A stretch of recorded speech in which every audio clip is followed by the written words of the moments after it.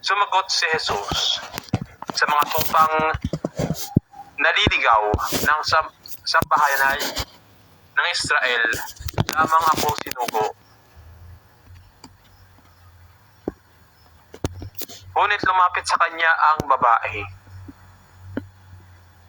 Lumuhod sa harapan at ang sabi, "Tulungan po ninyo ako, Panginoon."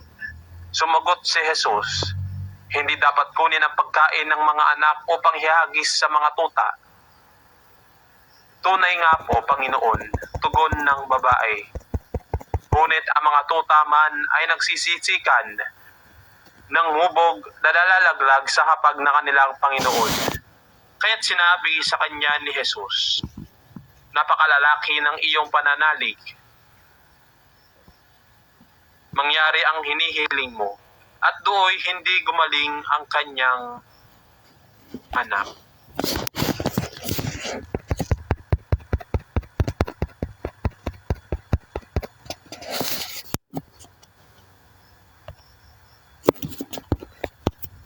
Mga kapatid, ang mabuting balita ng ating kaligtasan.